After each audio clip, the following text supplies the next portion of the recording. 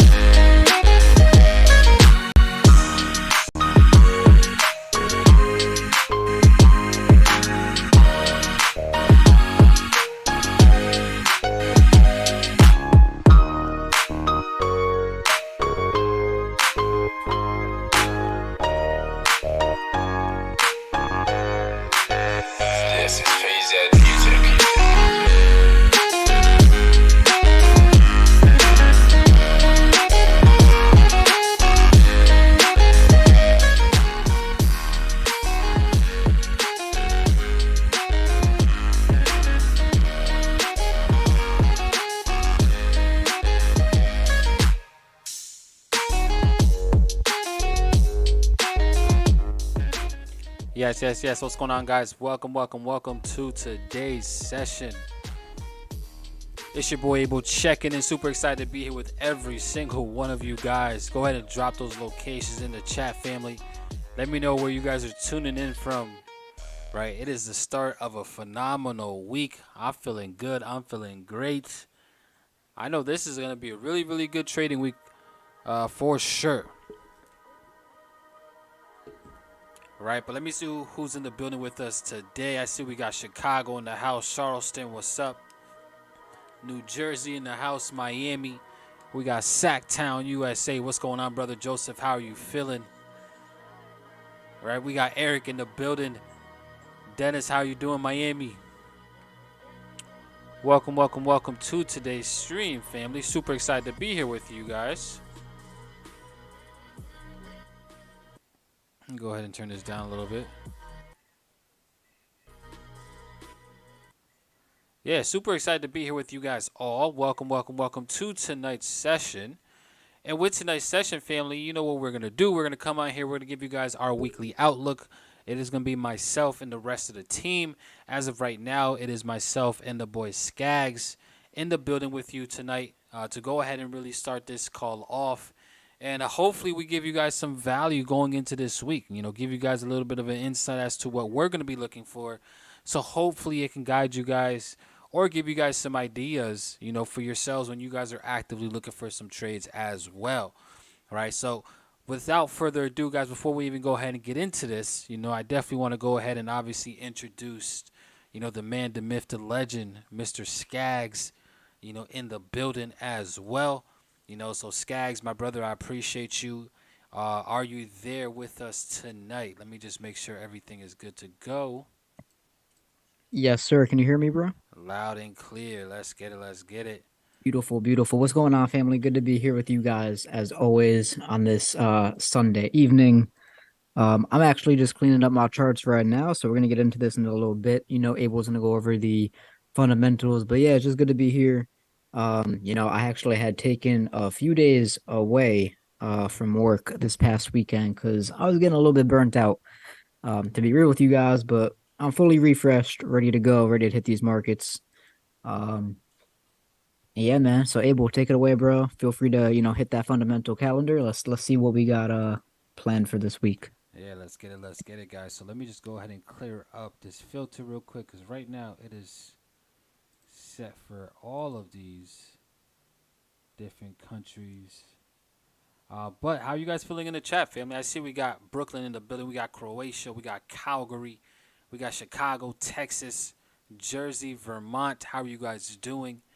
All right, we got Toronto, Colombo, Sri Lanka checking in as well. Welcome, family. Welcome, welcome, welcome to the stream. Super excited to be here. So let's go ahead and go over this news calendar really, really quickly, family. And then we're going to go ahead and into giving our predictions for the week in terms of what we believe the markets are going to do.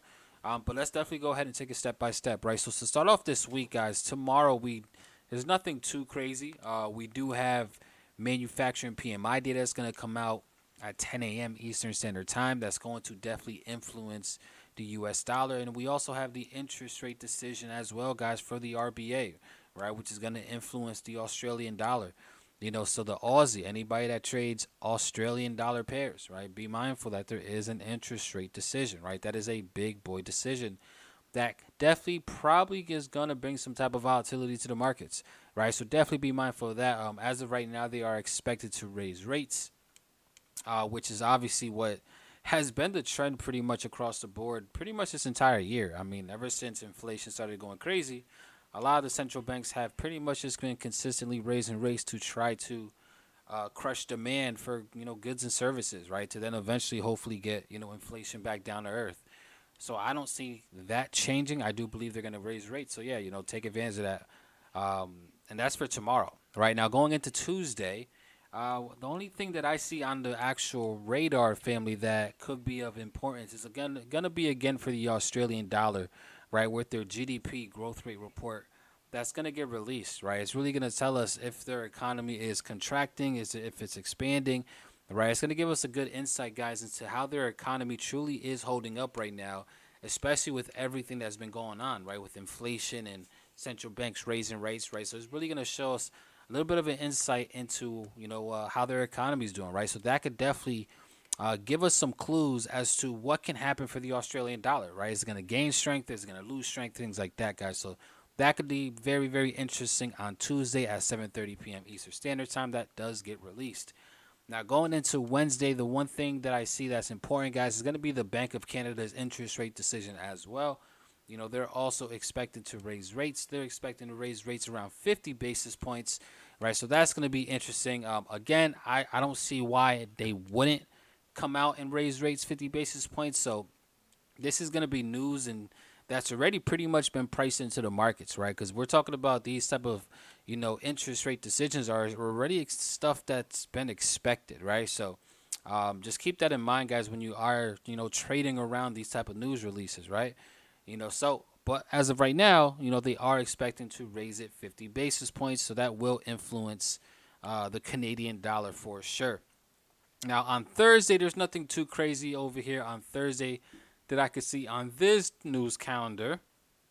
And then on Friday, we just have some more PPI data that is going to get released, right? Month over month. So that's going to be very interesting. But that is our news for the week, family. For the most part, besides those Australian dollar news events and maybe that Canadian dollar interest rate decision, there really isn't too much on the radar for this week. So we should have, or could potentially have, a very interesting and smooth, hopefully smooth, trading week, right? Because obviously, if you guys haven't noticed, which I'm pretty sure if you guys been trading, you guys should have been noticing, guys, that the markets have been getting a lot choppier, right? And it's just because now we're getting into the end of the year.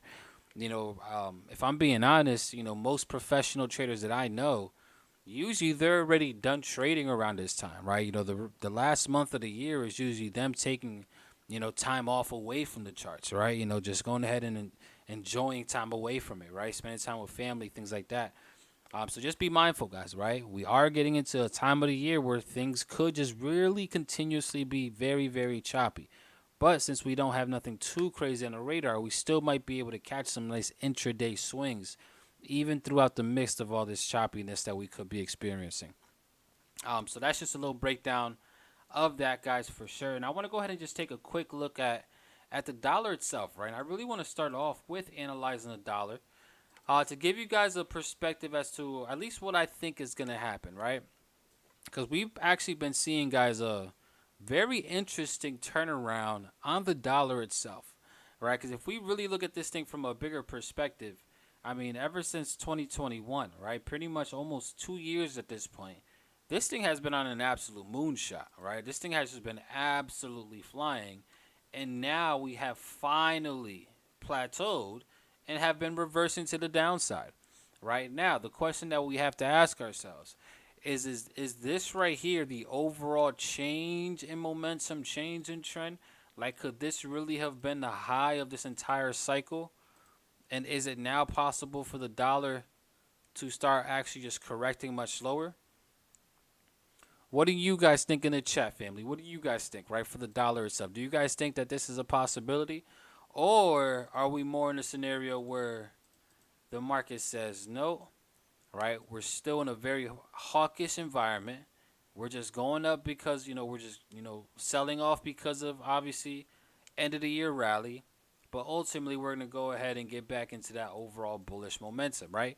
I mean, there's so many different scenarios that can truly happen right now, right? How are the markets interpreting, everything that's happening, right? These last releases, right? These last news events.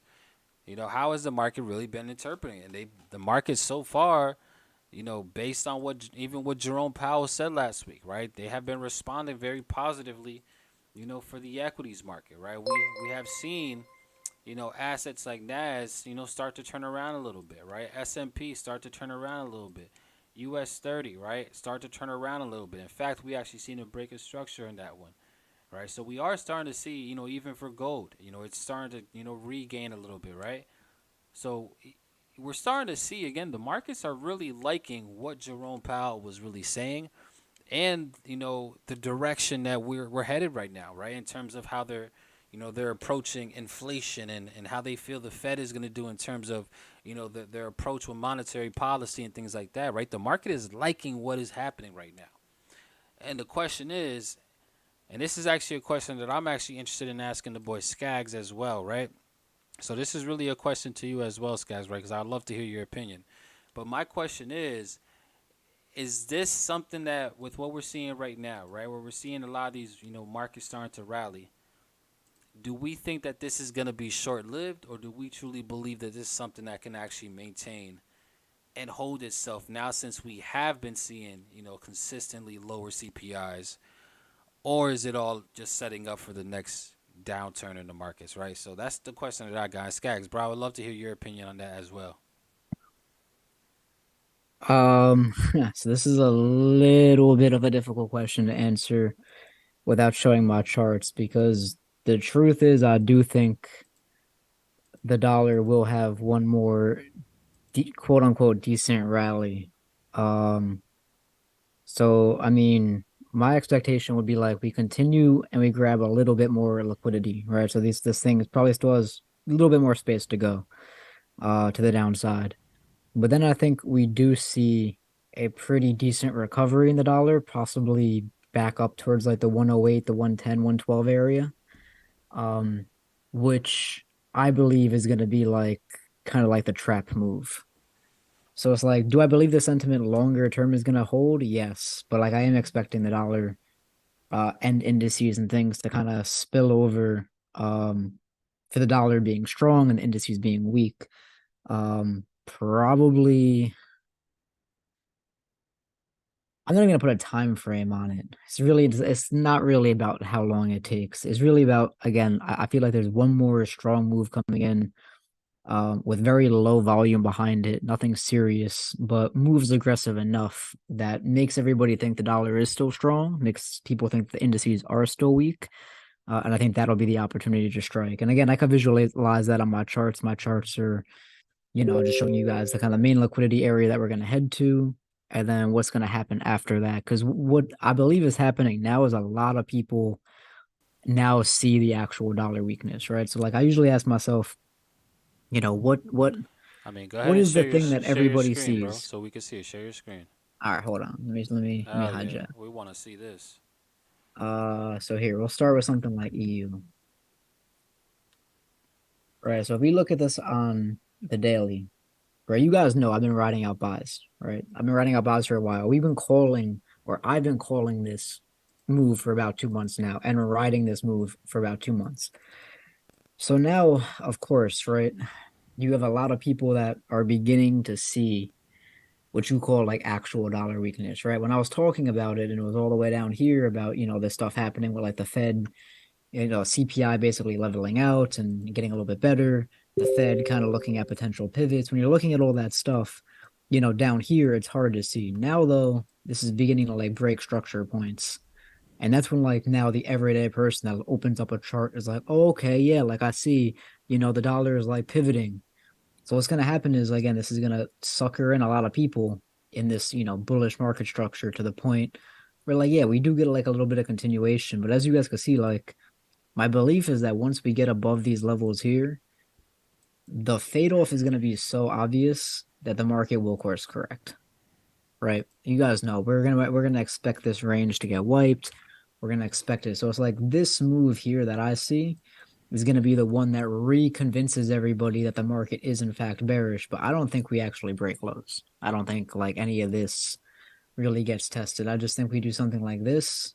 So now that everybody kind of sees the buy move, it's like again, my eyes are naturally the other way, right? Because I know that everybody now sees this. Like I was on the Forex Reddit earlier. Like this is nothing, no shade to anybody on the Reddit, right? But I use public forums a lot to gain um what I call like trader sentiment, right? Because a lot of people are like, oh, how do you get sentiment or understand? It's like, well, if you go into major areas where people chat, like you guys can come right in here too, right on TradingView. And you can come right in here and you can see people talking in Forex and you can get the general consensus. Like, look, this guy's saying short EU, ha ha ha ha ha. Why? Because he's probably looking at this like, crazy bullish moves. So he's like laughing about EU shorts. But here I am telling you that eventually this is going to hit some sort of supply.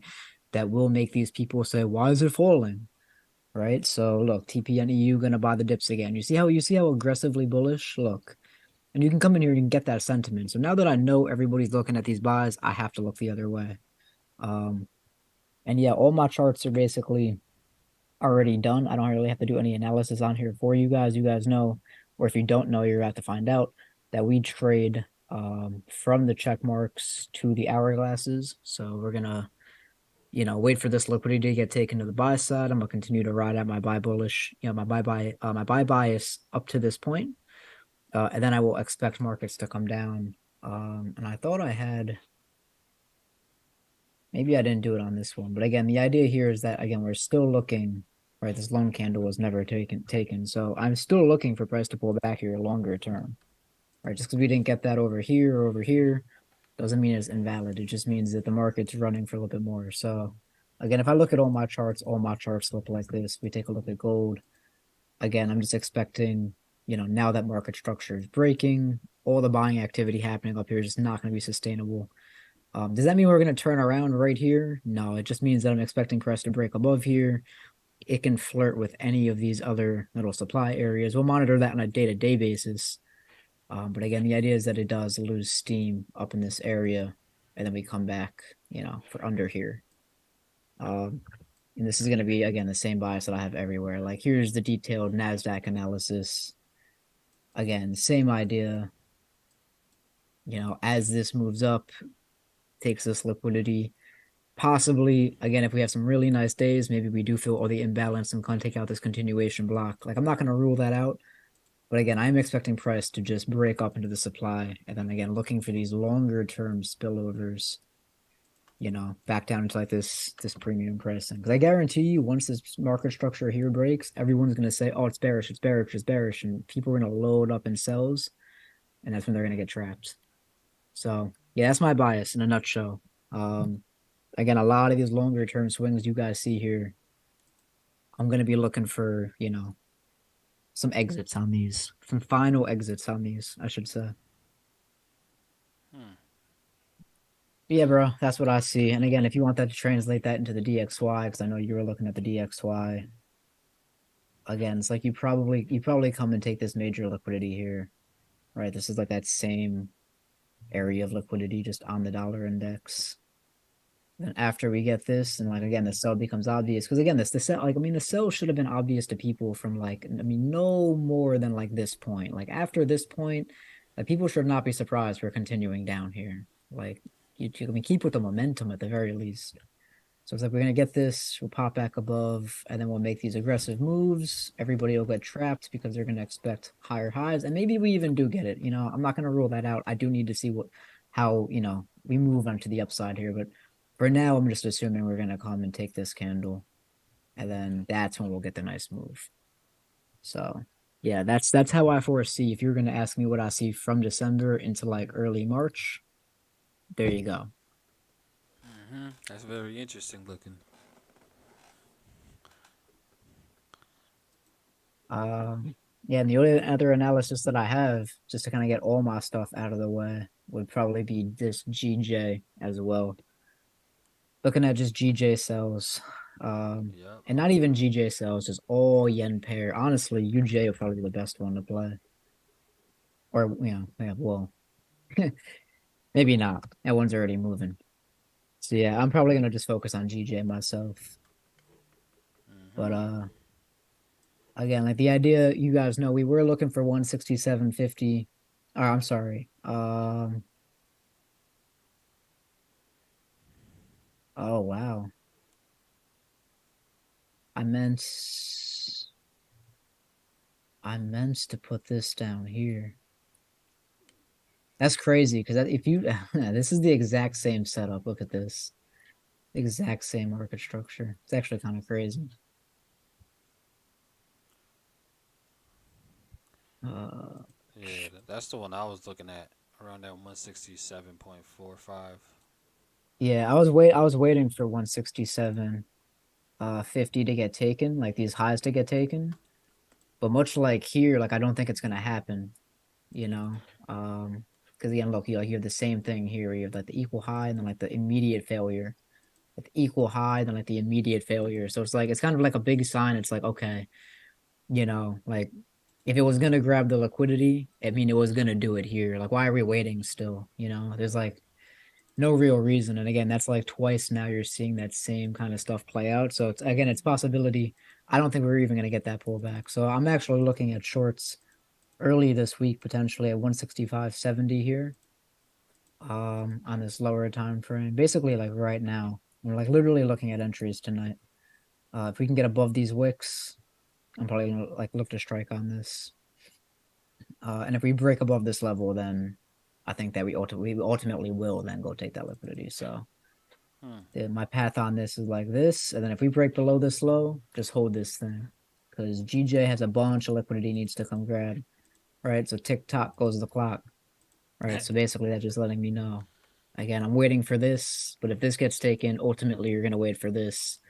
And then if you're gonna wait for that, you might as well. And then what? Because there's a ton of liquidity here too. So this is why I'm trading GJ, by the way, because again, 1500 pip move, best looking play in the markets. But yeah, that's my stuff summed up, guys. Real quick, easy. Um, Nothing too drastic. Let me see what we got in the chat. Eric, my guy, spamming up the chat. I love it. Yeah, that's an Let me interesting let me get GJ. let me get some ones in the chat. Hold on. I feel like the other 112 people are asleep. Yeah, that Let me GJ get is a some ones in banger, the chat family. Don't sleep on that GJ. That GJ setting up because that's also a similar thing that I was looking for. But I was originally looking for. I wanted to see a swipe of that 167.5. Yeah, so did I. I wanted that last week though. We talked about that over here. Like I really wanted that, but again, what this market is telling me right now is like it's telling me to take a stab at it because you might not get it. Again, I don't mind taking this loss. What is this? Like a little 30 pip loss? Like I'm not gonna sweat that at all. Again, because I'm looking for a 1500 pip move. So it's like Yeah, if this wants to give me a better price, hey, it's like so be it. So be it. yeah, that's not bad though. Okay, yeah, I like that one though. TikTok goes the clock, he says. Yeah, no, that's just me talking to myself on the chart. I'm also trying out some like just like again new stuff. Again, just a reminder, TikTok goes the clock. Just letting me know that both liquidity levels are linked. It's like once we take this, like it's so obvious that we will move to down here too.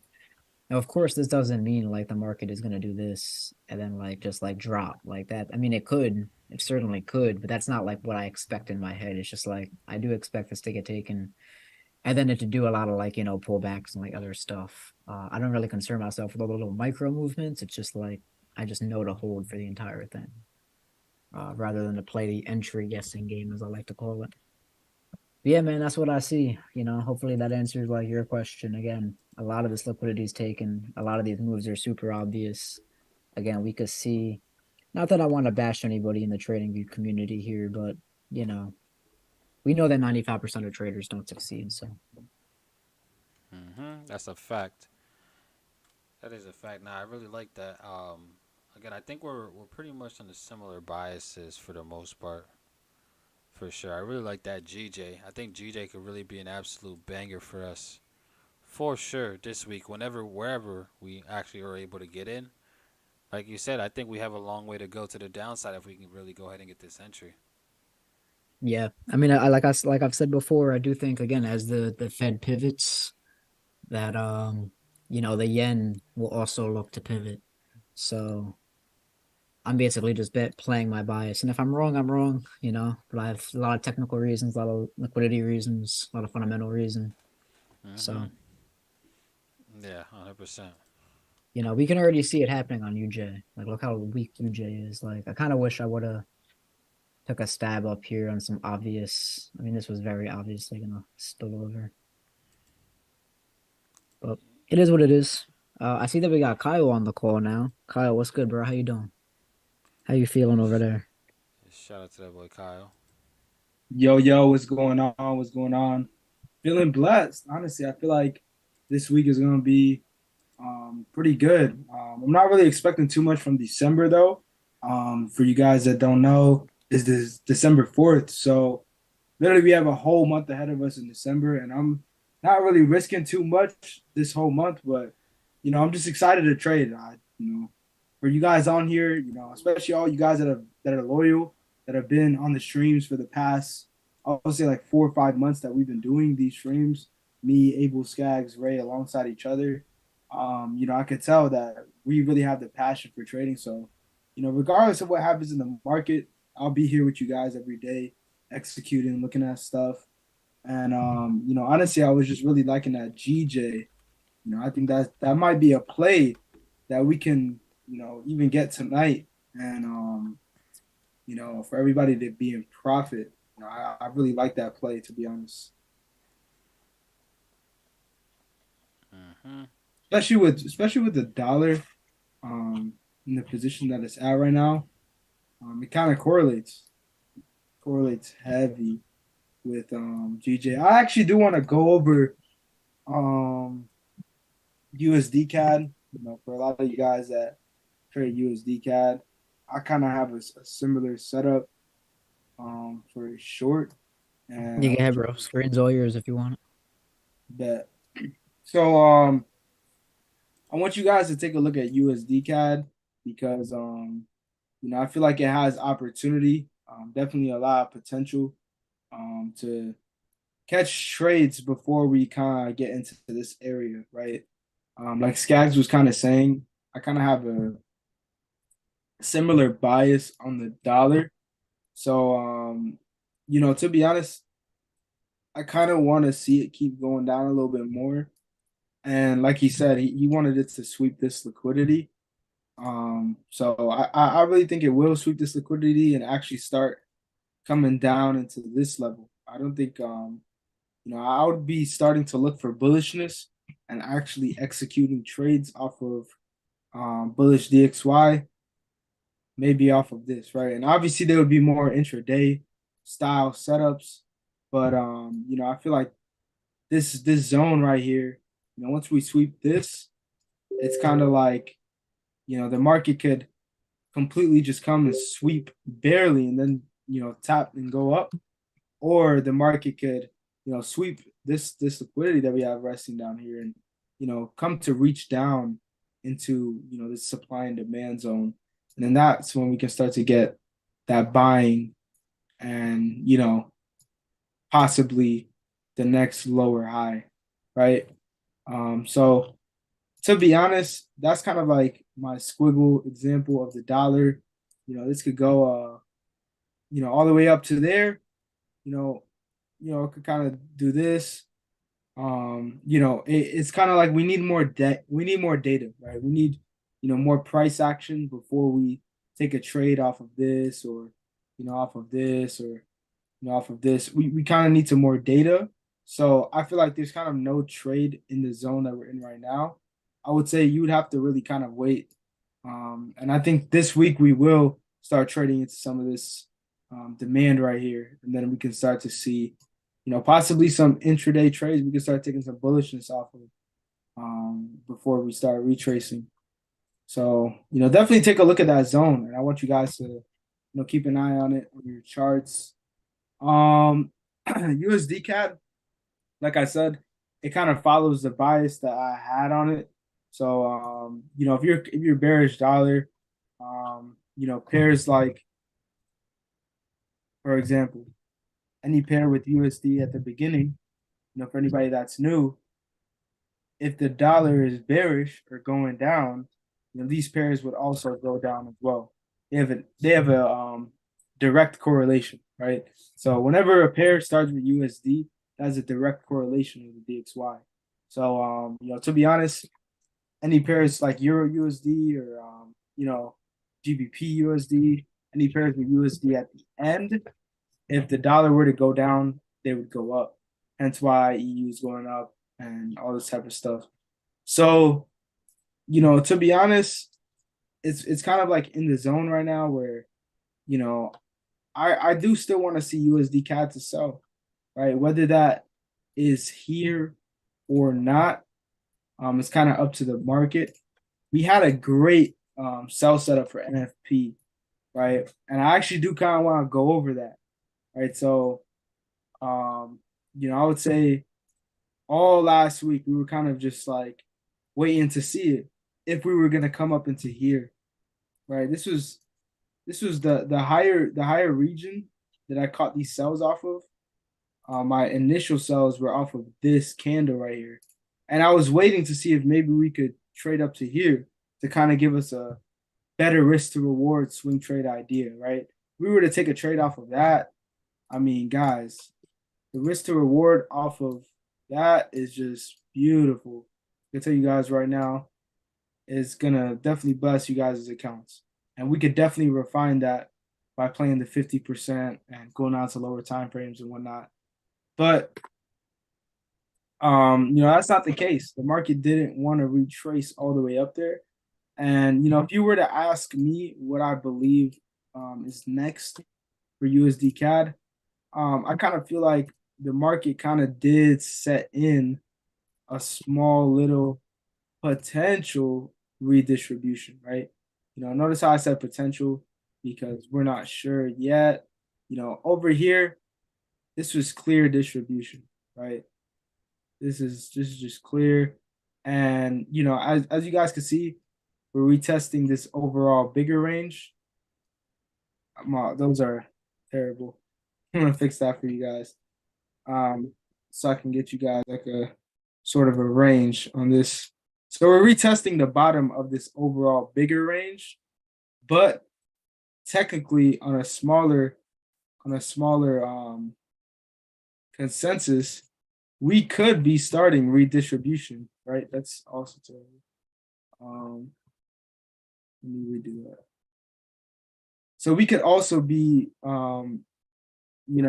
facing redistribution. And the market doesn't have to come all the way up up to here, right? So that's a possibility, guys, that we don't actually retrace all the way up here. And this was that kind of high. So that's just something to keep in mind. We did follow order flow from the 1 hour. So we retested. There are no inefficiencies. Again, on NFP on Friday, we came up to tap this inefficiency, this 1 hour candle, and then we dropped. So, to be honest, guys, the next kind of setup I would be looking for on UCAD is to wait and see maybe if we can get a New York session retrace maybe tomorrow, and we can take this thing a little bit more further down, right? Maybe even down to right here, right? And you could possibly look at a trade, maybe something like this, right? I refine this a little bit more. You could run a 30 pip stop, but knowing me, I might go down to like the 30-minute, 15-minute, and probably look for this.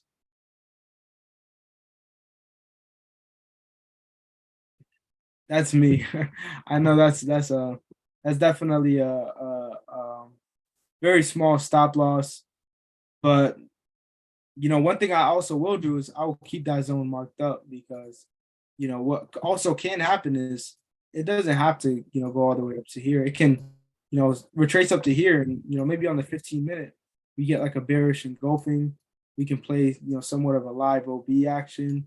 Like a lot of the times in our streams, Skaggs calls out, it's a lot of bangers that we call out with these live OBs. So, I will be paying attention on USD CAD. If tomorrow we do get the move, I will find a way to alert you guys in the Profit Society community. For you guys that are not on there, I will just go ahead and go over to the community. Oh, I'm not logged in. Thank God I saved the password. So I will drop the an idea for USD CAD for you guys, one way or another in here. Shout out to all you guys that are actually already posting in here. Shout out to Eric, bro. I really like that.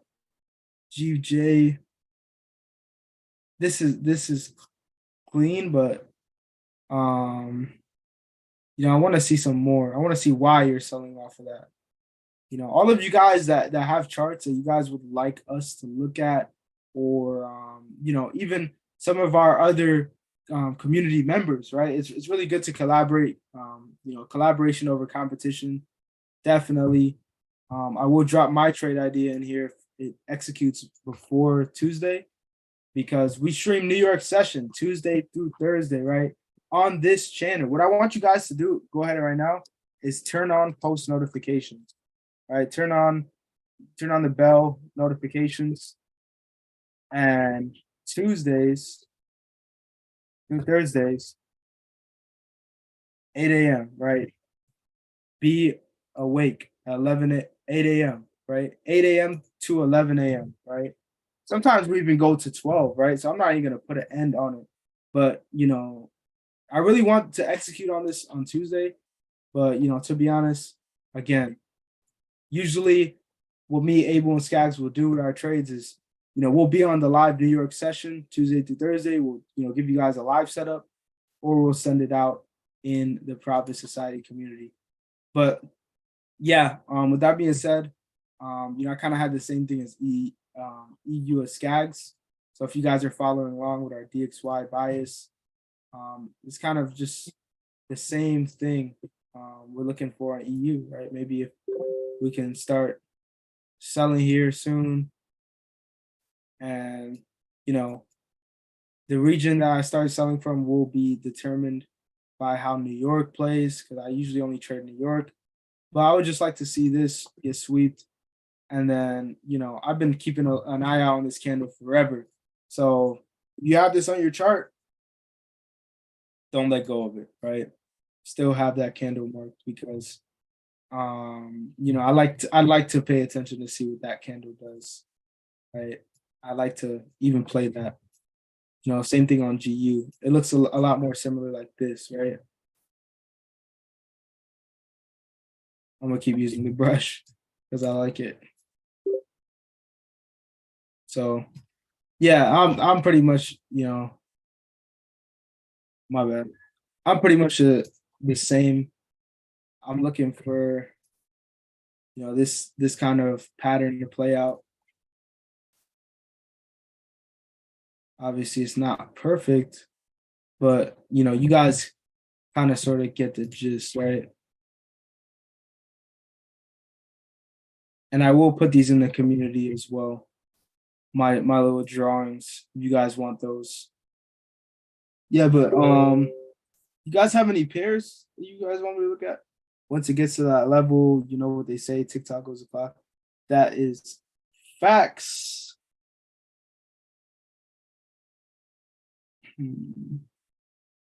I try to listen in Tuesdays and Thursdays while I work. LOL. That's perfect. Some of you guys have work.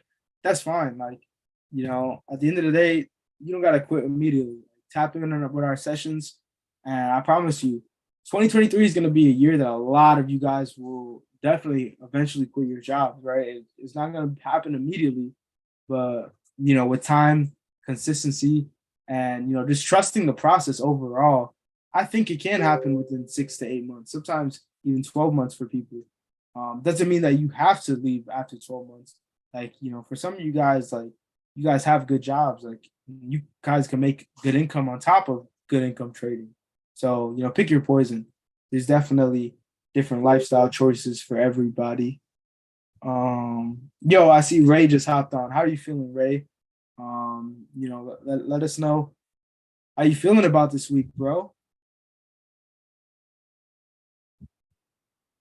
You know me, bro. I'm already in profit on GA, so I always know time, bro. I took a trade at 5:30 Central Time, so 6:30 Eastern. I was already trading. Drop on GA. I'm enjoying it today. I'm good, bro. Can't complain. How about y'all? Hey, I'm still kind of just sitting on my hands, bro. I'm not really impulsive today, but honestly, bro, I kind of want to see what you were looking at on GA. I'm gonna hop on GA, but you can feel free to share your screen if you'd like, bro. Say less. Yeah, sorry I'm late, man. I know Houston is an hour away from Houston, so I was doing my best to get here on time. But we here now, so we good to go. But I did take this sale on GA. Can y'all see my screen, by the way? But well, I'm not. I You're don't be good, talking bro. about myself. All right, bet. So I did take this sale on GA, just due to the fact that we experiencing all of this corrective price action here. Pushed up into this supply zone up here, cleared out this liquidity, weak highs right there. So once we got that, we popped up into this area, but I knew that area would get swept just due to the fact of all the wicks and the volume in that area. So just for me, watch the market trade up a little bit higher into that point of interest. Decided to take a sell, and so far so good. I'm open to the concept of it retracing again. May look for something up here. However, I'm kind of good to go. If it just drops and continues to drop, I'm more than satisfied. With that, we did clear this high. Then we started to see supply starting to take control. So, it's just the fractal nature of the market. And that's the beautiful thing about trading, guys. I mean, whether you're a long-term swing trader, whether you're a day trader, intraday trader, even if you can find these patterns on just about any time frame because I actually got this bias from a little bit of the daily. I don't spend that much time on the daily, but more so the 4-hour chart, right? Or maybe we could even look at the 8-hour chart where you kind of see this downward pattern, right? So it's easy to see that the market is making a high, lower low, lower high, lower low. And this is just the next lower high that's lower than this one up here. So, if I had to guess, our market would continue down and, target these lows right here. All right. So just for me, that's what I got going on. I would like to target sales down to this region down here, fill in this pocket of liquidity and see what we can have happen there. Now, obviously, that's a best case scenario. That doesn't have to happen. That's obviously far away from here, but that is pretty much my whole premise on why I that trade. So, understanding that we are in a, bearish market on the higher time frame and supplies and control, that's when we then go to the lower time frame because I'm not entering off of the 4-hour, the 8-hour. I'm not even entering off the 1-hour. I really don't even enter off the 15-minute, right? I like to, really take it down to the lower time frame once I enter a higher time frame zone. So for me, that's again why I decided to take that trade. So, kicking the day off there. To be honest, I didn't even really look at anything else. I just got home and that kind of popped up on my radar real quick. So I didn't want to waste too much time. I did just want to do what I had to do to capitalize on it. But if we do kind of take at some more pairs, we can see what else we got.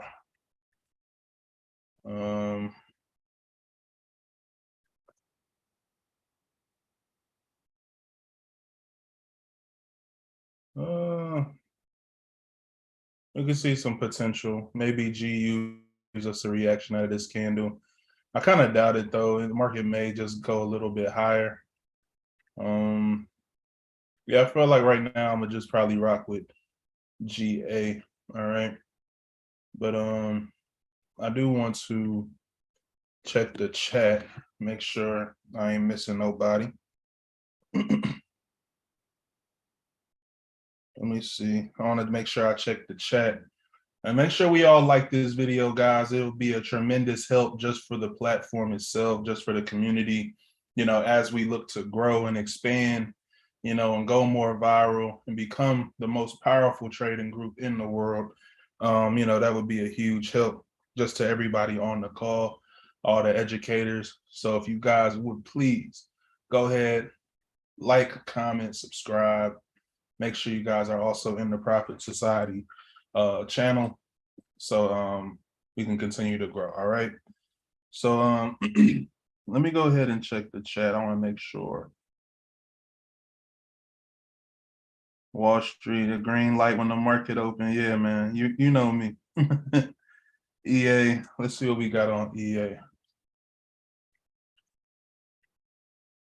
Always no time, man. Week after week after week, the market makes hundreds. Like I see the market give me hundreds of pips on Sundays. So I'm not here to, go against nobody ideology.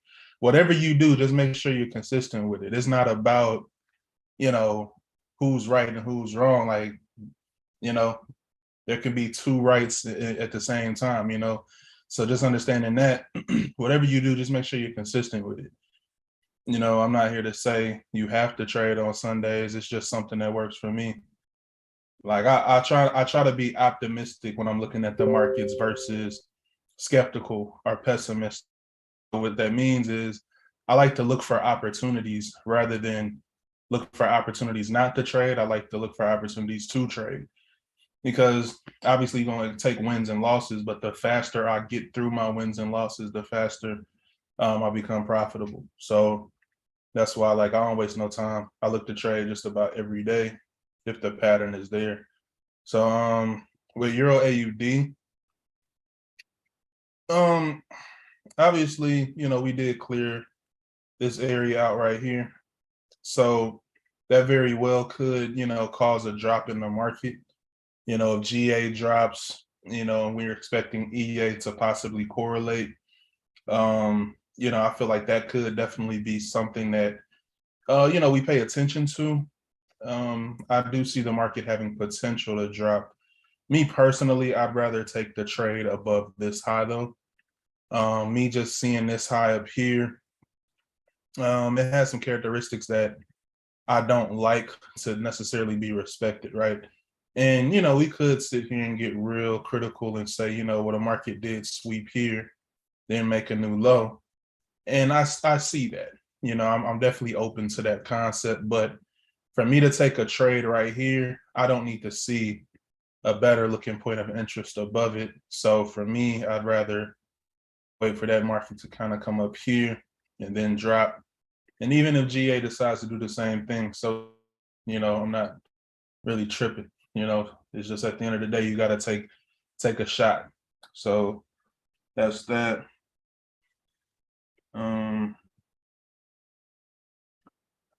Checking the chat again. Yeah, so right now it's just looking like GA. I haven't really spent a lot of time on the charts today, so I'm kind of going through a lot of these pairs for the first time, just like y'all. I saw GA real quick, so I took it, but I'm kind of going through my breakdowns the same way y'all are right now. So Euro JPY. Yo, Ray. Yeah, what's up, bro? Nah, I just wanted to have a little conversation with you about what this boy Eric just said, because he said you clearly been doing this for so long to make you be comfortable to trade at the start of the week, right? To take trades. And I think we have to help kill that psychology real quick, because I more or less I am with you, right? I don't believe in the concept of there's never, like, if the market's open, like, it's a good time to take a trade if everything is, as per your rule. So I really want to kind of to have you elaborate on your thoughts, because I'm really interested in what you think about, again, the concept of what people call these trap days or days you shouldn't trade. Because I know you're like me, you'll push the button anytime that thing looks good on any pair, don't matter what's happening. Right.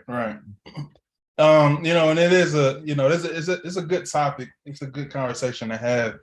And, for me personally, just over the longer you've been trading, you kind of gain more confidence in stuff that you see. I've probably been trading for 250 weeks. So I've seen so many Sundays that, it doesn't necessarily scare me. Now, when it comes to setting rules for yourself, trading, you have free will to do whatever you want to do.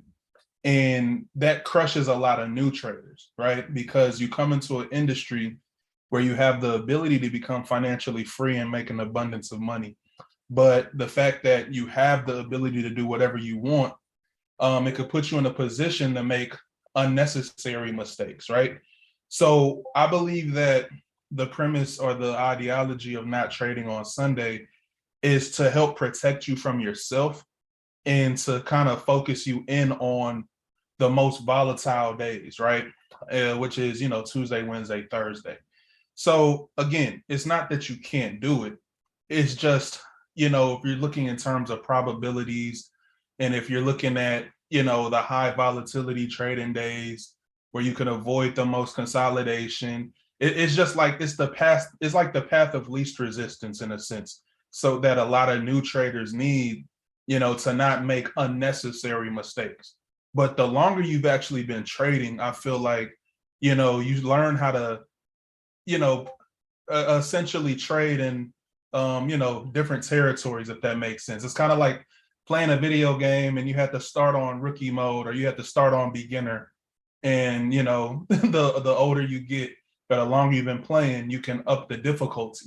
And I feel like it's essentially the same thing with trading, because as you're, first getting started, you want to put those safeguards in the way. So that way, again, you're not making mistakes. You're not risking money that doesn't need to be risked. But again, the longer you've been trading, the more opens you've seen, the more, Sunday movements you've been able to identify, you start to realize that, okay, sometimes there is an opportunity and you don't have to necessarily follow the status quo that, it's impossible to take a trade on Sunday. So I feel like it just comes with experience, right? And again, the rules are there to help protect you. So it's not that the rule can't be broken. It just puts you in the likelihood of more profitability, and it makes you have a higher, likelihood of not, experiencing pain in the markets. So I feel like it just comes with experience. The rules are there to help protect you. So if you need the rules, use them. If you have a little more experience, then by all means, trade on Sunday.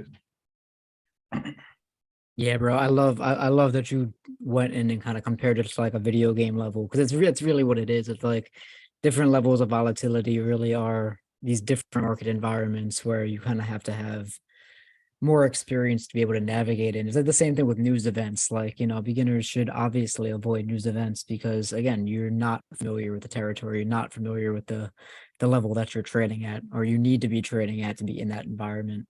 But yeah, it's a great point, because like I only want to bring it up too because like, we were talking about the holiday season coming up, and like I'm gonna be real with you guys. The first time I caught 1,000 pips is I took a sell, and it was during the holidays.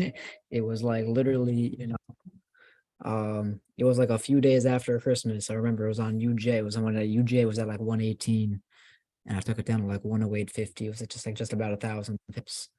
And it was at a time of the year where everybody was telling me like, hey, like it's not a good time to be trading. Like you shouldn't be here. And it's like, well, this is where the opportunity is. Like, what do you want me to do? Like ignore the fact that I see what I see. So yeah, man, I'm a big fan of that logic, bro. The way you broke that down was amazing. Yeah, Um, appreciate it. And I'll also add this in there. It's like, trading itself is a paradox, meaning that there's a million different ways you can look at it and still be right. There's no right or wrong answer to approach the markets. The concepts we're giving y'all just give you a higher probability of profitability. And that's essentially all it is. But, I know people that trade 1-to-1, 1-to-2, they make good money, just doing what they do and following their logic and, their process of approaching the markets. So, you just have to identify what your process is going to be. And again, the rules are there to help protect you from yourself if you don't have the discipline, or you might not have, you may not have developed your eyes yet to see certain things the way you need to see them. And that way, they tell you to trade on certain days because the probability of the pattern being legit is probably higher. it doesn't, it just doesn't mean that you can't, trade on any other day. But again, trading is a paradox, meaning that there's a million different ways you can approach it and still have a profitable outcome. So understanding that, we're giving you guys our perspectives that have helped all of us. None of us work. We've all traveled the world. We all, trade for a living. So we're sharing our, pretty much our perspective with you guys. But again, there's millions of perspectives in the markets.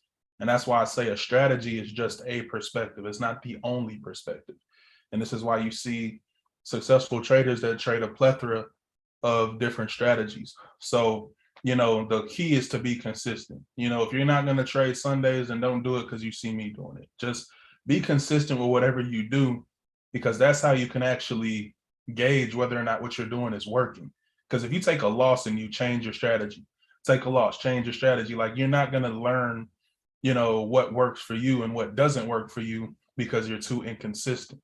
So, I tell people all the time, your profitability comes from consistency. It doesn't even come from your strategy, believe it or not. It just comes from your consistency and your ability to execute, day in and day out, week in and week out, the exact same way. So as long as you're executing consistently and you have a positive risk to reward, it's almost impossible not to make money just due to the fact of probabilities, and the law of averages and stuff like that. So I'm not gonna say it's impossible, because anything is possible. You could, like Skaggs told us, you can go on a 20 trade losing streak. But again, if we're looking at the law of averages, as long as you're consistent, guys, you're gonna be profitable. And that's the thing when it comes about trading, because sometimes we dive into this rabbit hole of studying. But ask yourself, when's the last time you've been consistent with one thing for the past 3 months? You probably learned 10 different strategies in the past 3 months, thinking that that's going to make you a perfect trader. But no profitable trader is a perfect trader. We're just consistent traders. That's it. So, take that. Yeah, that's a fact. Let me actually just ask chat. Everybody drop how long you've been consistent with your current strategy. Because me personally, sheesh, we're coming up on like 9 years trading. So like 5 to almost 6 probably using the strategy that I use. And that's, to be quite honest with you, obviously over the 6 years, we've made tweaks, minor adjustments, but all the core logic has remained the same. But obviously you're tweaking stuff and doing stuff different at certain times of the year. But yeah, just drop in the chat how long you guys have been consistent, with your strategy. And if the answer is, 2 days, like, then so be it. Like if that's the case, if the case is that you're on a new strategy, cool. No, don't just, flex in the chat for no reason. Trust me, you're not really answering this for us or for anybody else reading. You're really kind of just answering it for yourself to kind of give you an idea of where you are, and then maybe this is an issue or not. I'm sure some people are not going to answer because, again, maybe they just switched up and they don't feel as confident in it. That's cool, But yeah, consistency really does, is the key at the end of the day, at least for knowing if you're profitable. Way too many people try a strategy, like Ray said, like 2 weeks, or like, over the course of a month, you study courses or YouTube videos from like 3-4 different people, or 4 different channels. And, you think by combining them, you can, and that's, I won't say that you can't do that, because that's, at the end of the day, that's what most every trader is just a combination of, a bunch of things that you learn from a bunch of different places. But Facts. yeah, that's easy. Like some people like Eric, like, shout out to you, bro, says I'm not consistent yet. I love that. That's like, trust me, there's more growth in saying that than there is in lying about how long you've been consistent. Because again, like, I'm not even really reading all of these chat messages. So it's like, yeah, something was 2.5 years, love it.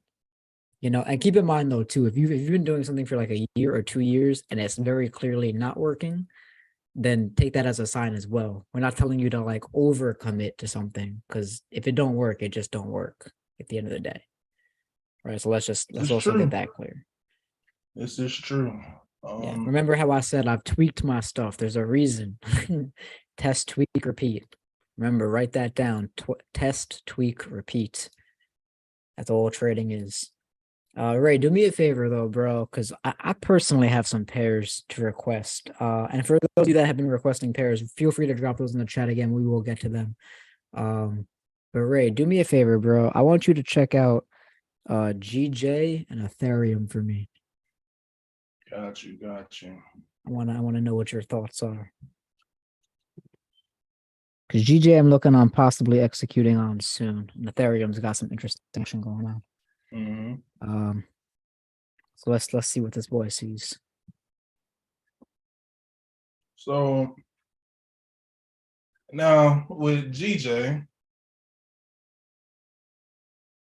this is interesting. Okay.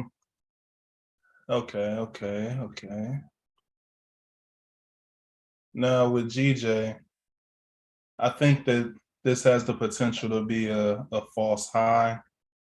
In my opinion, just due to the fact that we react off of demand. And the way that I identify demand is any sell to buy that makes new highs. So when we react here and we create this weak reaction, I believe that the market needs to clear this area first before selling off. So for me, as enticing as that high may look, for me personally, I would like to take a possible trade somewhere up here, probably in this candle up here, more so than I would right around here. So for me, I'm gonna look at 166.2 to get taken out. Once we push up in this area, I would like to see some type of reversal pattern start to form, and then probably take a secondary entry or confirmation entry, depending on what y'all call it. And the reason why I would do that is just because this is a pretty large point of interest, in my opinion. And I don't like to just take trades in points of interest that are obviously this big. So for me, I probably have to wait and see how the market reacts to this area. In a perfect world, I'd like to see it come up to this candle. And then from there, I'll probably look for a sell-off because we are in a downtrend, we're breaking lows. So understanding that, got my swing high, my swing low, my correction, continuation, somewhere in here. That's what I would look for. Now, obviously, I'm on a 5 minutes, so let me come out a little bit.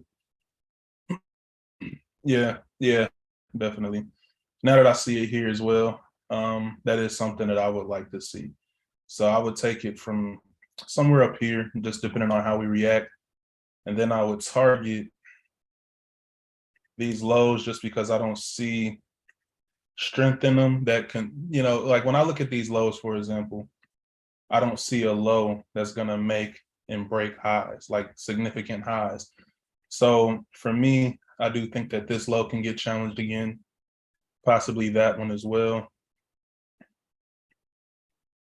We could probably come play around in this area because we have a pretty rapid sell before a buy. So there is a possibility we can come revisit this. And, this would be a sell to a potential buy. But in my opinion, all of this is just an impulse correction here. So I believe we'll get this and then possibly return bullish again. All right. So essentially, this is just a big retracement in my eyes. This is the swing low. This is the swing high. This is all a retracement on the higher time frame. So we're still going bearish, in my opinion, until we return bullish. But that's the 4 hour. I obviously don't trade on the 4 hour. I just get directions from the 4 hour. So now that I'm on the 5 minute, I'm pretty much going along with that bearishness until I reach about 162.3 area. And then I'll return my bias bullish again. So That's what I see there. All right. And so that's GJ. And I look at Ethereum. I actually missed a mean Ethereum buy, bro. I was hot.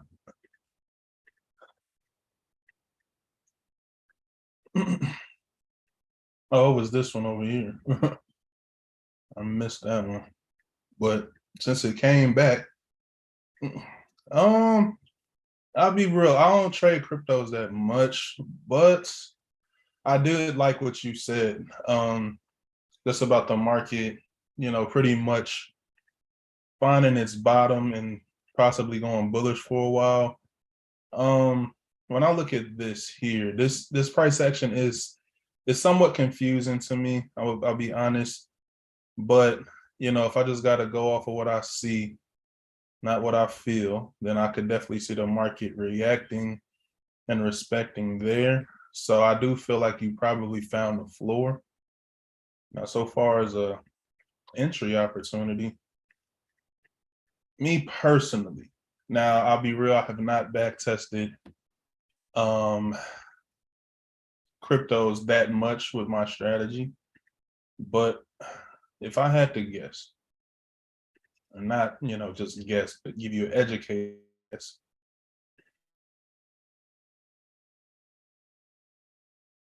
so I got this low that's liquidity, made a higher low, then we pushed and made new highs. All right. Now that I see that, now I'm analyzing this area. I do believe that this can be internal range liquidity, especially if I'm looking at this as my low and this is my high. So I'm pretty much trading between these 2 points. I believe that the market is going sideways because it's correcting in order to go bullish again. So for me, I look for bearish order flow until I get down into an area of bullishness again, which would be for me, this area about right here. So understanding that, this will give me the opportunity to take out this here and return bullish. So now that I got that, come down again.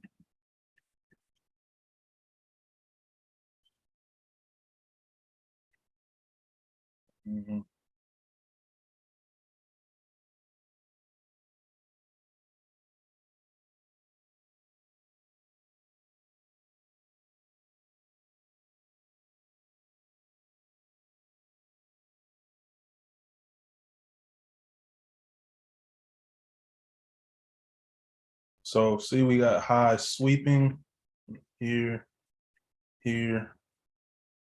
So, and then we have lows that are creating. So highs are sweeping, lows are creating. So in the grabbing and taking process of liquidity in the markets, I do believe that we're in some bearish order flow right now. I could see us respecting this wick. I'm not saying, not, saying house on it, but if I was trading right now, I'd probably look to go short, somewhere within this area. And then target these lows until I get down to an area of sufficient buying. So definitely probably target this low. Then next I target that low to get this area over here. Then once I get here, probably look for a buying opportunity down there. All right. So I just want you to know how happy that makes me. does it really? Yeah, nah, because like, listen, the reason I wanted your opinion, bro, I mean, because obviously these are two things that I'm already looking at myself. And I actually did taking a buy position. So I am in a buy position. I'm actually hedged. I'm in some buys and some sells. Um, but I am expecting this sell off that you're looking at, happening right now, basically. But I was kind of looking at that low that you kind of just marked. Yeah, like all I like that. I was kind of hoping that you weren't gonna like deem that as like a quote unquote strong low. So I do agree that it has to come down and take that kind of sell side liquidity that you have marked there. Love it. I will say though, like once it comes and takes that range, if we do get that buy setup you're looking for, that's probably going to be some of the best pricing you're going to see on Ethereum for a pretty decent time. So yeah, me personally, I will be looking at longer term buys from that 11,180 area. If we can even get that low, I think the 1200 area, slightly just below 1200, is going to be where I'll probably start degenerately pushing the button because I don't want to miss it. Right. But yeah, it ain't worth missing. So any demand off that 1200 level, you could bet I'm already pushing the button. Right. Yeah, it's too it's good to miss. Definitely too good to miss. I can't, especially when I'm looking at targeting like 1600, 1700 on like a nice swing. It would there's just no way that I could try to miss that. GJ, I was also kind of in agreement on. I will say, like, what you're looking for, I'm gonna hijack the screen real quick. What you're looking for is what I would prefer to see. I would like absolutely love to go and grab some of this higher side liquidity.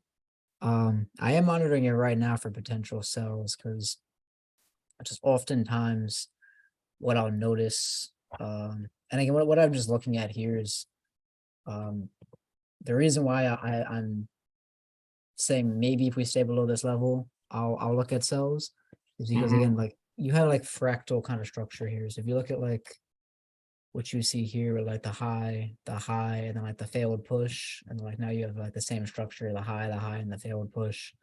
So it's like this might be more protected than I think. So that's what like this PRO is. It's kind of like a protected liquidity. It's like, yeah, the liquidity lives there, but it's like, does it theoretically have to grab it? No. Like annoyingly enough, right? Like a lot of my long-term swings kind of like go against this idea. Like again, if you look at where my EU buy is, like technically speaking, my EU entry, all it did was create liquidity. But like again, this is like protected liquidity. Like this is not liquidity that is meant to be grabbed in a trending market. So like this is kind of what I'm looking at on like GJ. It's like, oh man, like do we have these like this really annoying kind of like protected liquidity here that I'm gonna keep waiting for and like it's not gonna capture it. So I am kind of again like looking at this area right now. Like I have positions here. Like you guys, like this is a trade that I'm in. Like I'm not even just like I have executed off of this. Oh yeah, it looks good, bro. And that's the it's do whole or die thing. right here. Like this hour candle just decides it all. Because look, we pushed up twice, we pushed up. So this is either going to just grab this little bit of liquidity on that smaller 5-minute candle, and this is going to drop and close below, or this just does not work at all. Like there's no like I am not letting it get all the way up here before I get out of my trade. Like it's not gonna, like this is like 15, 20 minutes maybe, and I only really have a test position. Like I'm really waiting for like a close back below here.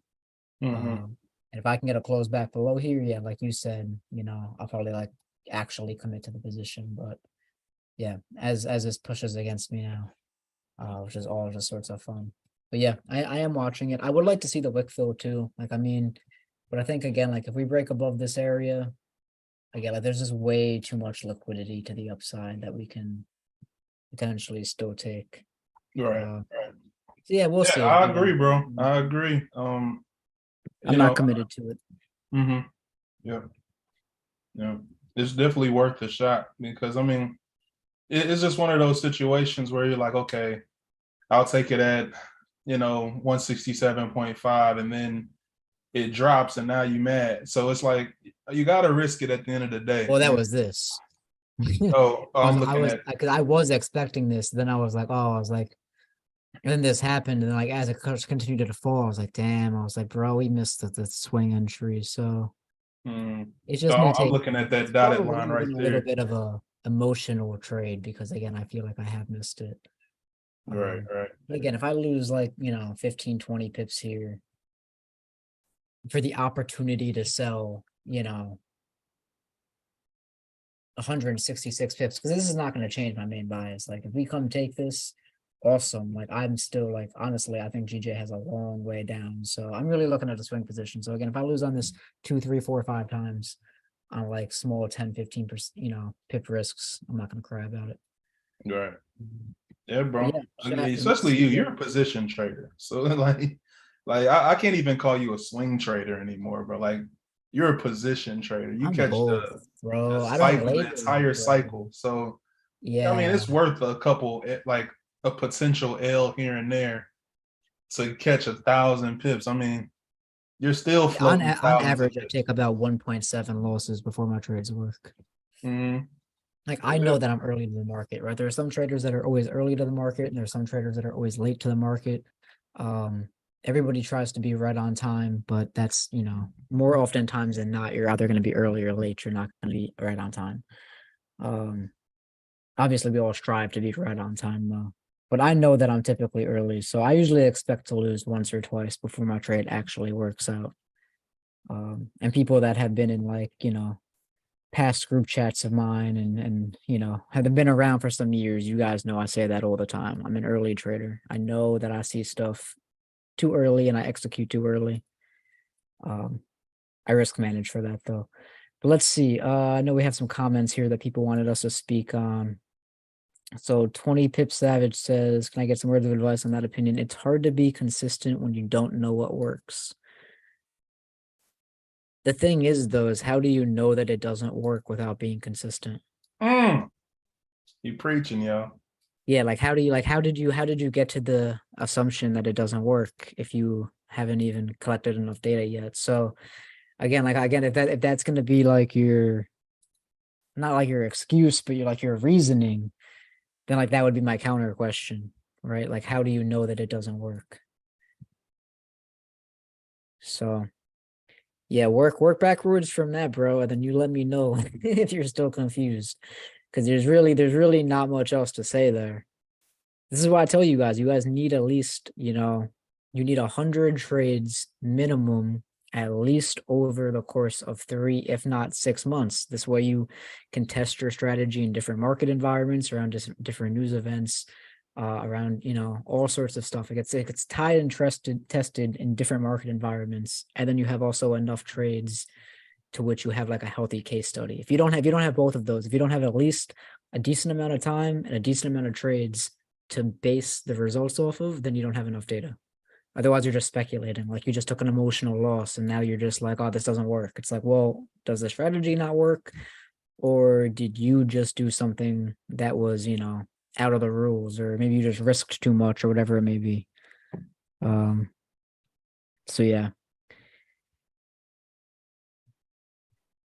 Okay, cool. Let's see what else we have in here. I just now figured out my trading plan. Will you consistent from now on? Beautiful. Best advice for revenge trading.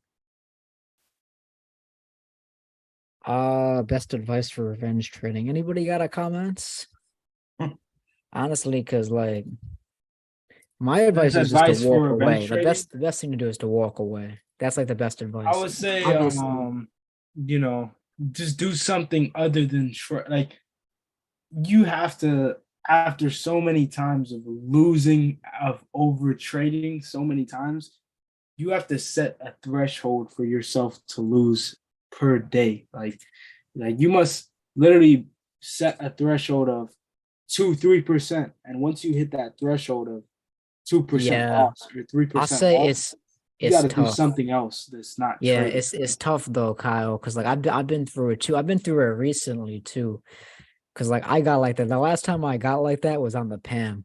Cause the PAM again was like a different emotional nature than your own money. And for those of you guys that don't know what a PAM is, it's when several people deposit to one trading account. So it's like I'm trading an account that, not only I have money in, but other people have money in too, and we all share a portion of the profits, all systematic, all done through the broker, right?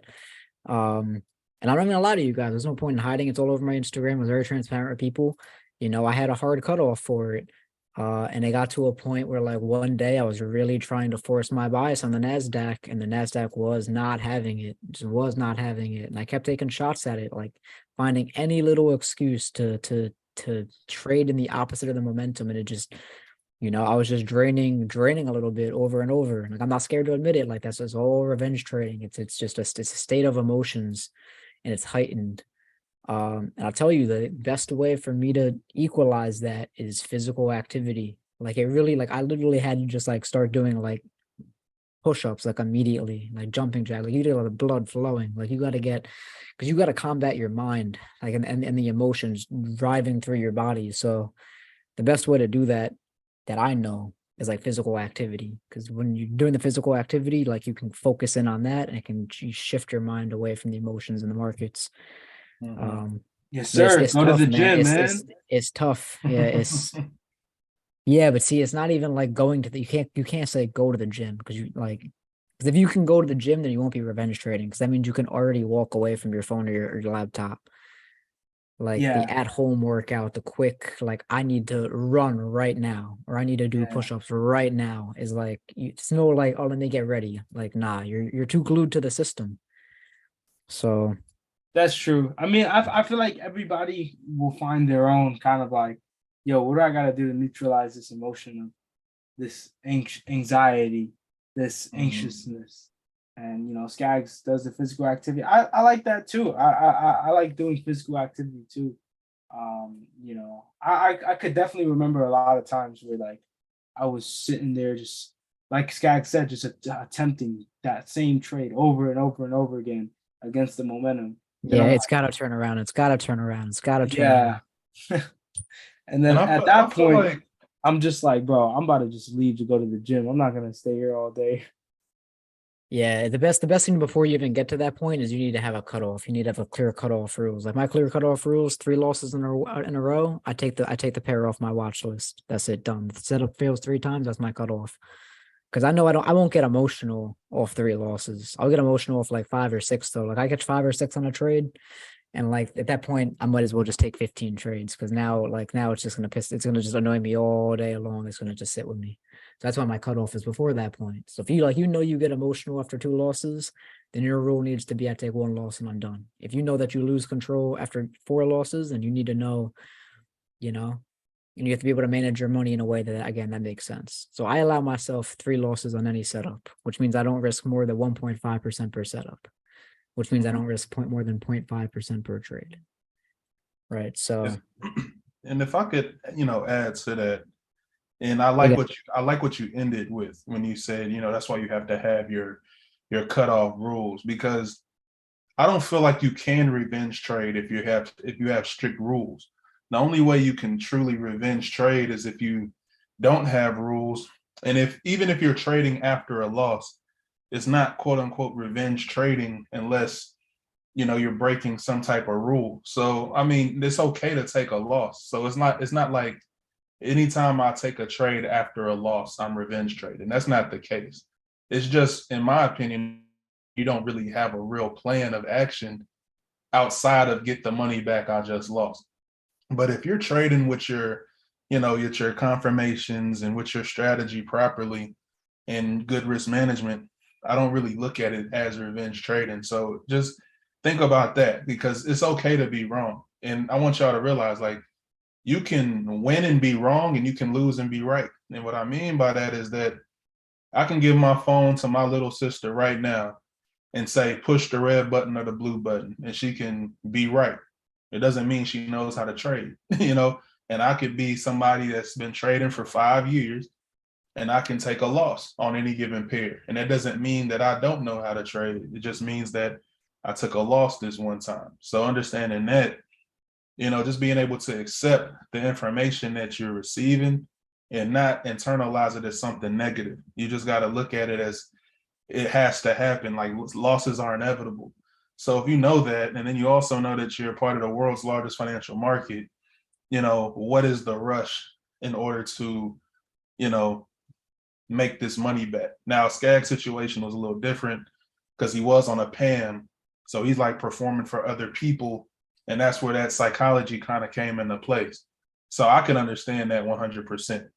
But if you're trading for yourself, like, you got to realize, if you plan on being here for years and years and years to come, what's the rush? Like, outside of, obviously we're all on borrowed time, so you should want to get as rich as as possible, as quickly as possible.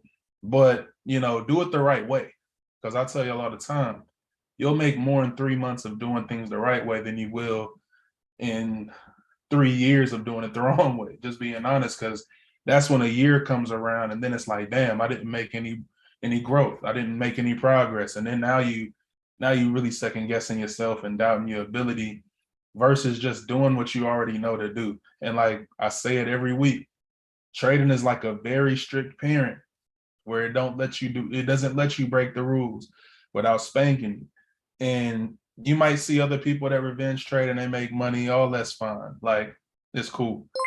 Just don't do it. Like, that's the best advice I could give you, because I swear it happens every time. Like, for me, revenge trading has never really worked in my favor. I could watch the market go in a direction that I knew it was going to go. And you just have to be cool with missing it, because there's a lesson in that. You don't always learn just from taking W's. Sometimes you learn by, having to watch the market go the direction you knew it was going to go without you. And then that teaches you about how to handle FOMO. That teaches you how to handle, your emotions. You got to be able to watch a trade take off without you and leave you. And if you can understand how to internalize that feeling and not have any emotional connection to it, then, it kind of helps you know that there's always going to be another opportunity. So there's no need to, take a trade when you're in an emotional state. Just take it when everything is cool, calm, collected, and, you'll have a much higher probability of being profitable. Yeah, bro, I don't know, bro. I agree with everything you say, man. It's just at the end of the day, that's what it really comes down to. You just got to be able to push the button, accept the risk, go from there. Like you said, bro, it really is 50-50. You could just push blue or red, and you could just be right or wrong. And there are strategies out there that cater to that, funny enough. As a new trader, what is the best way to find a strategy? So, I mean, if you're super new, if you're like brand new, and I mean, when I say that, I mean probably like less than a year. If you have less than a year experience trading, my advice would be like less focus on one strategy and focus on consuming a bunch of data. You should be out there learning about all sorts of concepts, because the truth is like you're really in a battlefield with everybody else, right? Like trading is not a team sport, so to say. It is an individual sport. Now, there are certain teams that, are apparent in markets, so quote unquote.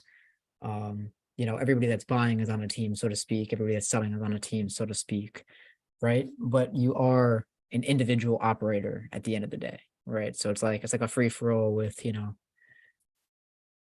colors, but still everybody's kind of against each other. So you should learn the way that, everybody trades and soak up the good stuff, throw away the bad stuff, right? Test everything, see what works, see what doesn't. Obviously, we're going to recommend the way that we trade, which is, our own variations of what people consider smart money concepts. I hate saying I'm a smart money concept trader, because I've been trading the way that I trade since before people were saying smart money concepts. Like, that wasn't like, there was nobody out there saying that when I was, trading Wyckoff logic, which again is basically the grandfather of all smart money concepts, in my opinion. People can dispute that all they want. You guys can yell ICT from the rooftop.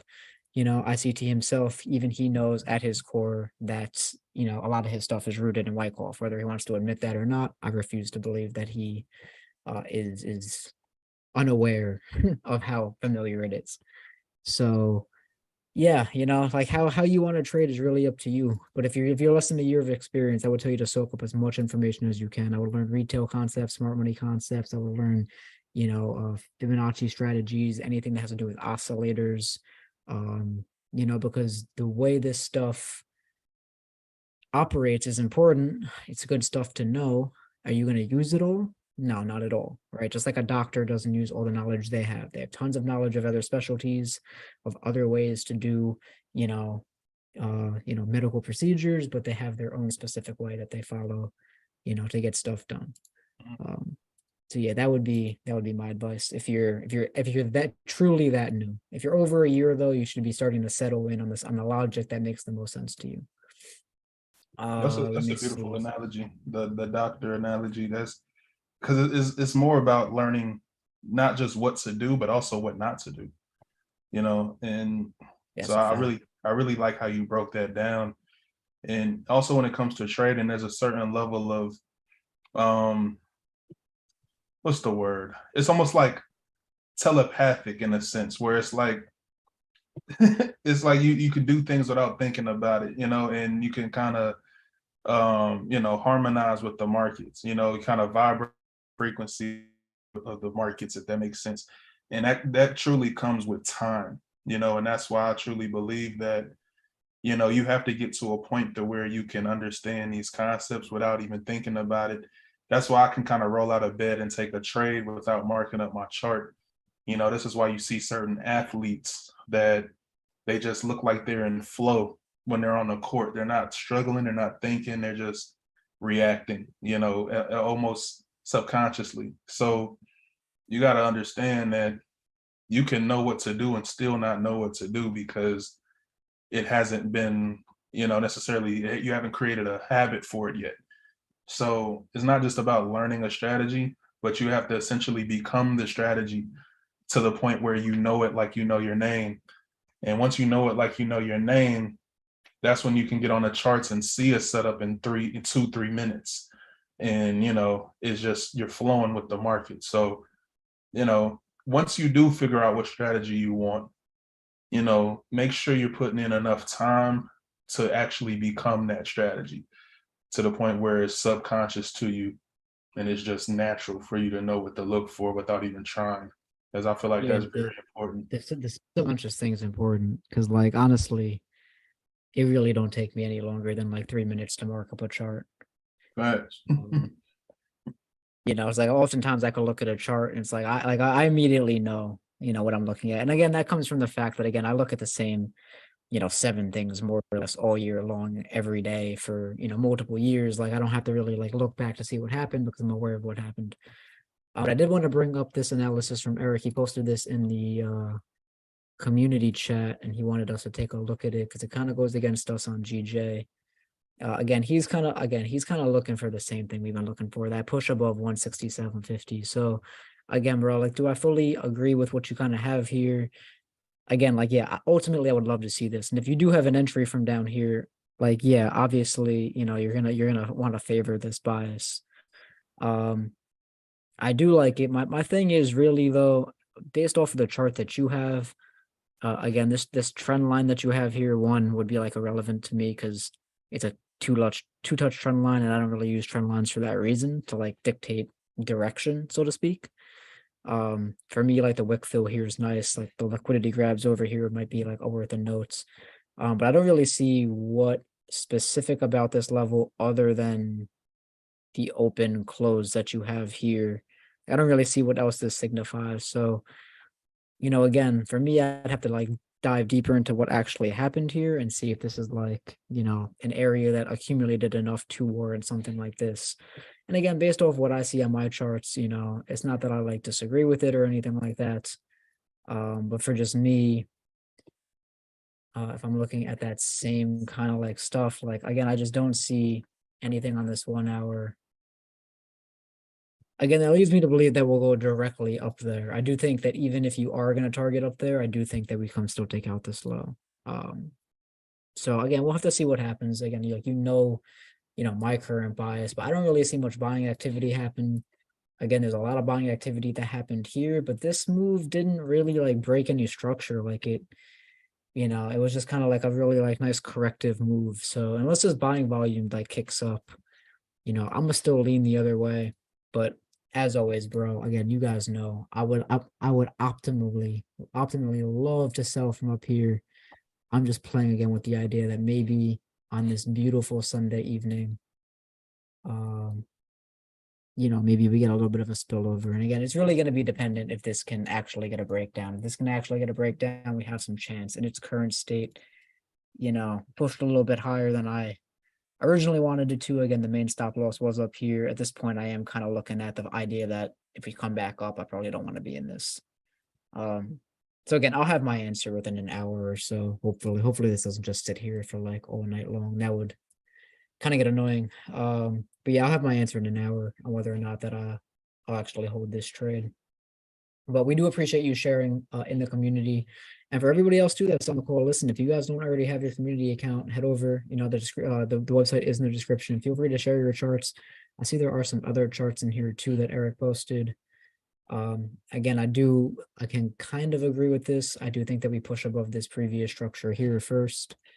But again, this does kind of align with what I'm looking for. I'm just expecting, again, like one more nice little push up before we actually get that down move. But yeah, shout out to you guys that are sharing charts back here. I'm going to go through and comment my thoughts on these after we get off the call. But whenever we're not live, guys, this is the best spot to kind of share this stuff and kind of get active in the community. Abel, you still with us, bro? How you feeling? I don't know if you stepped away for a moment. No, I'm still here. What's good, bro? How you feeling? I'm always feeling phenomenal. Always feeling phenomenal. Beautiful. Eric was concerned for you, bro. He was asking where you were at in the chat. So I just said I had to make sure you were still with us, you know? Someone said that happened to me with gold.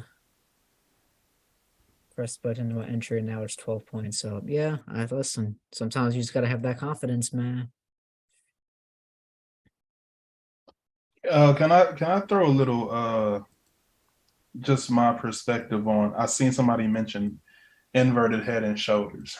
Now, what I want y'all to notice about the charts is on any time frame or another, there's pretty much any pivot point in the markets is going to give you a head and shoulders somewhere. You know, you may have to go to the 1 minute, may have to go to the 1 hour, may have to, go to different time frames. But anytime the market makes a pivot, there's going to be somewhat of a head and shoulders just about anywhere, because that's just market structure in a sense. Like if the market returns bullish from going bearish and it makes a higher low, then essentially that you'll have a head and shoulders. So I want you kind of to look a little more, kind of try to see what else you can identify, because I'm not here to say that, it's not going to happen.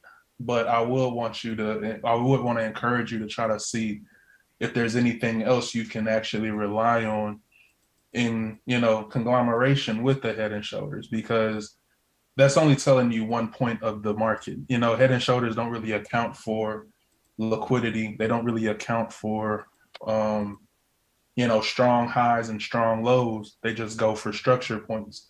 And if you know that there's trends within trends, right? Meaning that, for example, if we're in a retracement phase of the market, but the market is in a downtrend, the market can appear to be bullish, but it could be bearish on a higher time frame, right?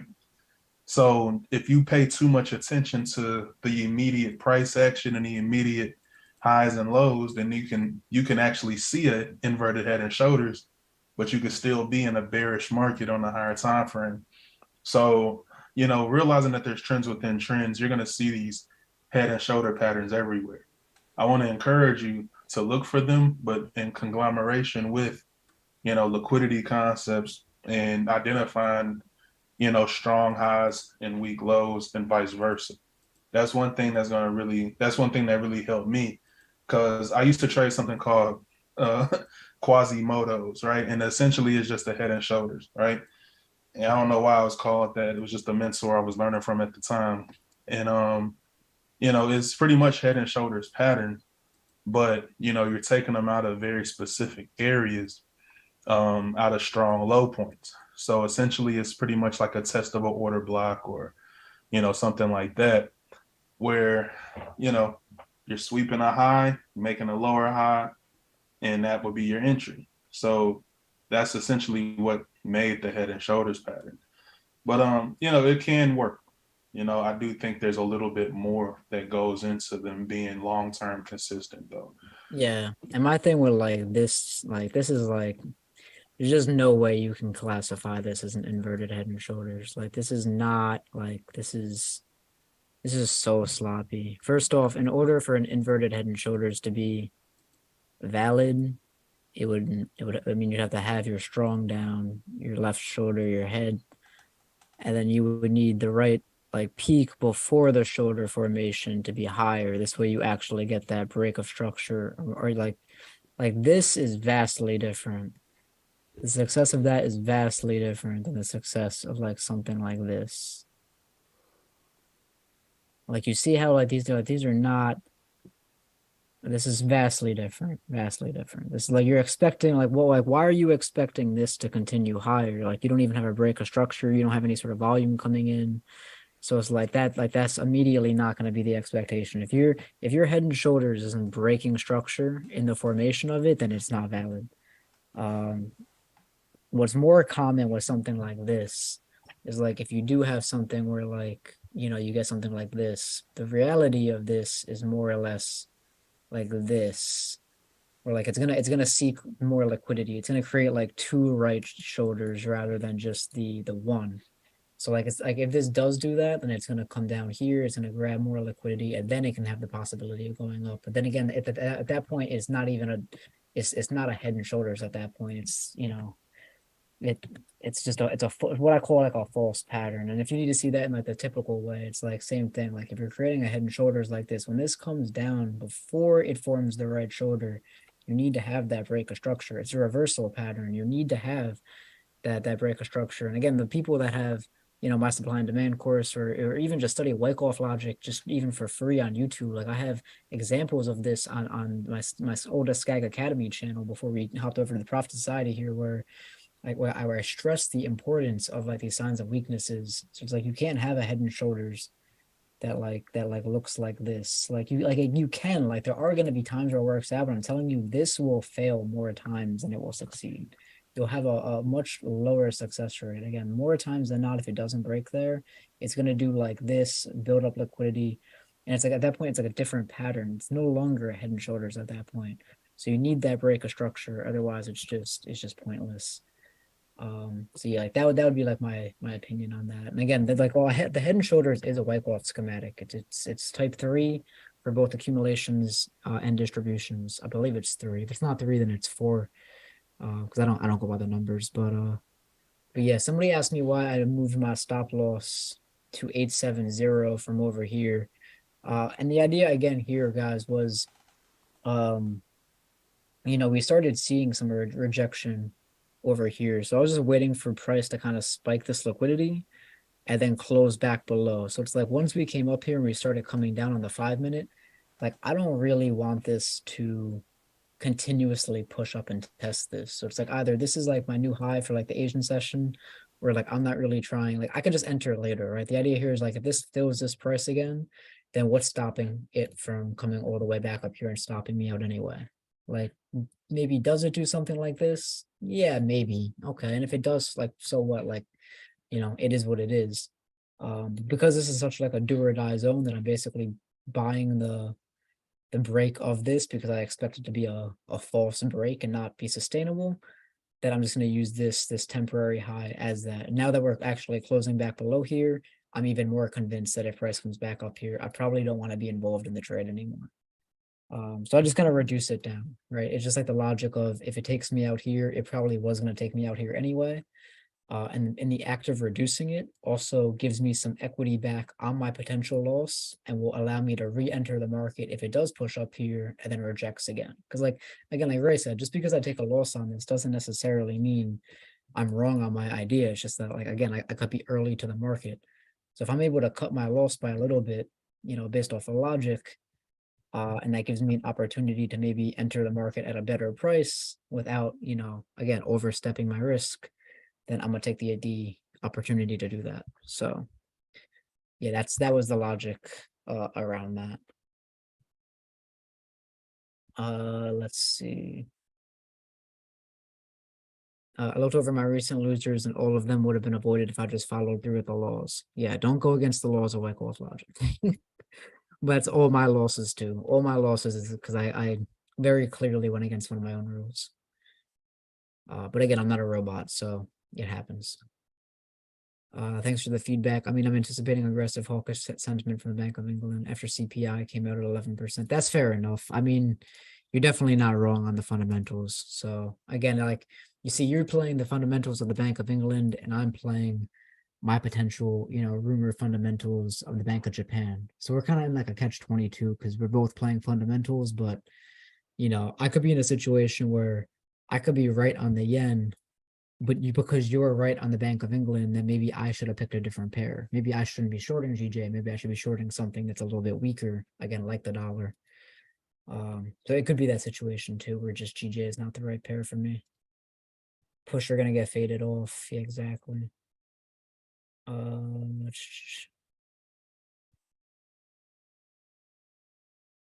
Yeah, they're not there at the 3% yet, but once it comes out at 3, that's exactly when I expect them to change sentiment. So I want to be in before at the 3%. Or it is 3. Is it 3? It might be 3. I think we did. I don't even know. I haven't even checked, to be honest with you guys. I've been a bad yen trader. I've been a little bit out of the loop with the fundamentals. Nike looks hot. Does it as a stock? I'll have to pick it up in the next downturn. But yeah, family, let's see what else y'all got for us. I'm pretty much good. I don't got really anything else to discuss. I know we've been on here for a long time, as it is already. So if you guys have any final questions, feel free to wrap up. Abel, Kyle, Ray, I'll also open it up to you guys if you guys have anything you guys want to add or extend on. Yeah, I mean, I really don't have too much at all, neither. I just think that it's going to be a very exciting week for sure. And I'm excited to really just trade with you guys live for New York session. And just really just get that going again. But yeah, I'm pretty much set up. How are you guys feeling? Kyle, Ray, how you guys feeling? I'm in that GJ. So let's see what's good. That's actually gonna be my first play of the week. Skags definitely tempted me on that. And honestly, I'm waiting on USD CAD. Again, guys, I'll be on Tuesday New York session with y'all. And in the meantime, stay tapped in with the community on the Profit Society. That's where all of our other updates will be on. But nothing else from me. I'm good. Hope you guys have a blessed night. And Ray, if you have anything else, if not, we're gonna give it a night. I hope everybody just likes the stream. Let's get this stream to at least 100 likes. Again, we're trying to be the biggest trading community now. I'm already saying it's already done. We have the best educators. We have the best, just risk to reward setups and just consistency, guys. We've been consistent with, our setups. We've been consistent with, our live sessions, everything, for free for you guys for, months on end. And, this is just what we like to do. So, we'd appreciate the love. And again, we are so excited to be back with you guys on Tuesday, 8 a.m. Eastern, 7 a.m. Central, and what is that, like 5 p.m.? Oh, no, 5 a.m. 5 a.m. Pacific. Facts. Family, we appreciate y'all. We love y'all. Hope you guys all have a phenomenal rest of your guys' night. Make sure to follow us on social media as well, Instagram, Facebook, YouTube, family. Just stay plugged in, and we'll see you guys all in just a couple days. Let's get it. Have a great rest of your guys.